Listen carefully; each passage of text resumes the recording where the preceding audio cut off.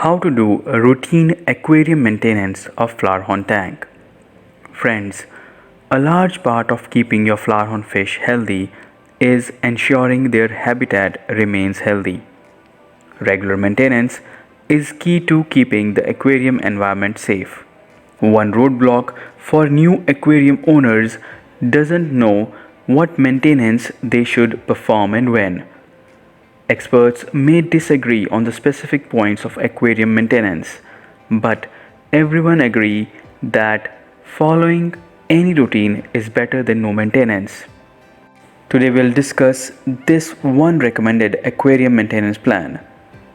Before continuing this video and telling you all the exact answers to this, let us welcome you all to our channel Blue Aquatics, where you all get the best information about Flowerhorn fish keeping.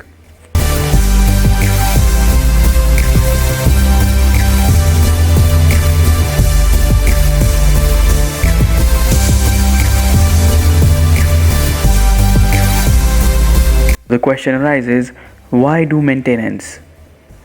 Often, aquarium owners don't give much thought to maintenance. After all, they have a filter, and some food left at the bottom have to pick up stuff that falls there. So, what else is needed? Some will cite that nobody cleans the river, lakes, and oceans, and the fish do fine. So, why clean the aquarium? That's a good question. Mother Nature is not idle. She does a good job in cleaning up things in the great outdoors. Lakes, rivers, and oceans are large bodies of water that have currents and waves circulating the water. Rain falling adds fresh water, and live plants produce oxygen while absorbing carbon dioxide. The sheer volume of water also serves to dilute any harmful toxins. Unlike bodies of water in nature, an aquarium holds a relatively small amount of water. Adding to that, the fact that it is a closed system, and it becomes quite different from the natural habitat. Nothing goes into or out of the tank unless you have a hand in making it happen. Filters certainly help, but if not maintained, filters become clogged and will no longer work properly. Meanwhile, flowerhorn fish continue to produce waste, produce uneaten food decays, and slowly build potentially harmful byproducts. The only way an aquarium will remain clean is if you take the time to perform maintenance regularly. Otherwise, the habitat will become unhealthy for the flowerhorn fish over time. Now the question arises, what's the frequency of maintenance? It is neither practical nor healthy to clean every surface in the aquarium daily or even weekly. For that matter, it's never wise to clean everything in the aquarium simultaneously. To minimize the impact cleaning has on beneficial bacteria, cleaning colony-rich areas such as filter and the substrate should be staggered. If the bacterial colonies are disturbed too much, it can disrupt the nitrogen cycle enough to cause a spike in ammonia and nitrite. For that reason, it is also wise to test the water a few days after an effective cleaning to ensure nothing is amiss. Now, the question is what to do daily. Friends, do a quick visual check of the aquarium to ensure the filter is running at full strength, the lights are functioning correctly, and any other equipment you have is running normally. Check the water temperature to ensure it's in the proper range. Once your flowerhorn fish have finished eating, examine the tank to see if there is uneaten food remaining on the bottom.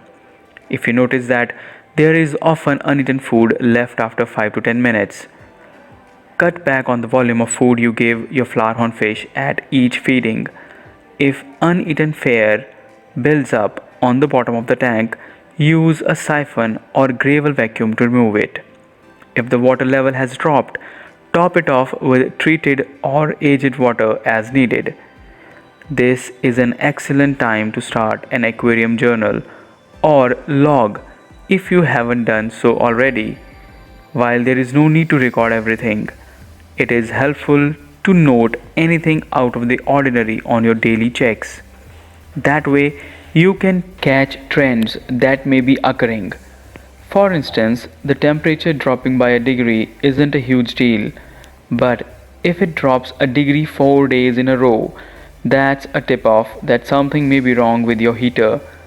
All of this can be done in minutes, so it's not a huge time investment. For instance, observe the flowerhorn fish. Visual equipment check is must.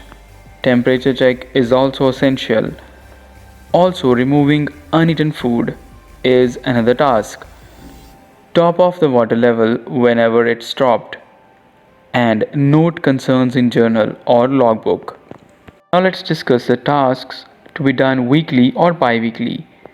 Some experts are proponents of weekly partial water changes, while others prefer to do them every few weeks.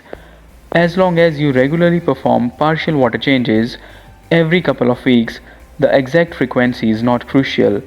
Use water that is treated to remove chlorine and, if possible, age. Replacement water should be close to the temperature of the aquarium. However, before performing the water change, complete the other weekly and weekly tasks first, such as cleaning algae off the inside of the aquarium glass. Leave the partial water change as the last task. The other task that should be performed every week or two is the general cleaning of the tank. Your aquarium will never get overly dirty by completing light cleaning every couple of weeks. Wipe the outside tank surface with a known ammonia aquarium safe cleanser or use a damp cloth. Gently shake plants, whether live or artificial, to dislodge debris. Scrape the inside glass to remove algae. Then take a break for 10 or 15 minutes and let everything settle. When you come back, gently siphon the substrate to remove debris. Lastly, perform a partial water change. Make notes in your log or journal of the maintenance you performed and anything unusual in the tank, such as tasks like wiping down outside surfaces, shaking debris of plants, scrape inside glass, and siphon substrate with partial water changes. Also, noting down the maintenance in a log. Now let's discuss about the monthly tasks. Water testing should be performed monthly to ensure nothing unseen is brewing. Test the following parameters comprising pH, ammonia, nitrite, and nitrate. If you have algae problems, you may also test for high phosphorus levels to see if that may occur and become the cause of the same. Perform water tests first before water changes and any other maintenance. If there are abnormal water test results, recheck them after the water change to ensure the parameters are back to normal levels. If you have live plants, inspect them, remove any dead leaves, and trim excess growth. Next, perform the weekly bi-weekly cleaning tasks followed by the partial water change. Save a bucket of water removed from the tank to use for performing filter maintenance. If you use exhaustible media such as activated carbon or zeolite, replace it. Rinse the mechanical filter media using the water saved from the water change. If the filter media is very dirty or clogged, replace it. However, avoid replacing all the filter media at the same time. Instead, retain part of the media to prevent losing too large a portion of the beneficial bacteria colonies. Following month, you can replace the remaining filter media. Mechanical filter media such as foam generally must only be replaced once or twice a year. So, the weekly tasks along with monthly tasks are water tests, performing weekly and bi-weekly tasks with change or clean filter media, and also noting the maintenance and test results in a log. Now let's discuss about the periodic changes or tasks to be done. In addition to the scheduled maintenance tasks, a few things should be done as needed. These include replacing the light bulbs once yearly, regardless of whether they have burned out or not. Inspect the air pump tubing and the filter tubing if you have a canister filter. Clean the canister filter intake using a filter brush. If you have live plants, fertilize them. So the periodic task comprises of replacing the light bulbs by inspecting and cleaning tubing and cleaning the filter intake.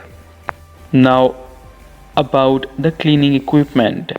Aquarium maintenance doesn't require a lot of equipment. However, it does help to have a few specialized tools on hand. The most critical equipment is a dedicated aquarium bucket. Make sure you do not use it for anything else. Having two buckets is helpful but not necessary.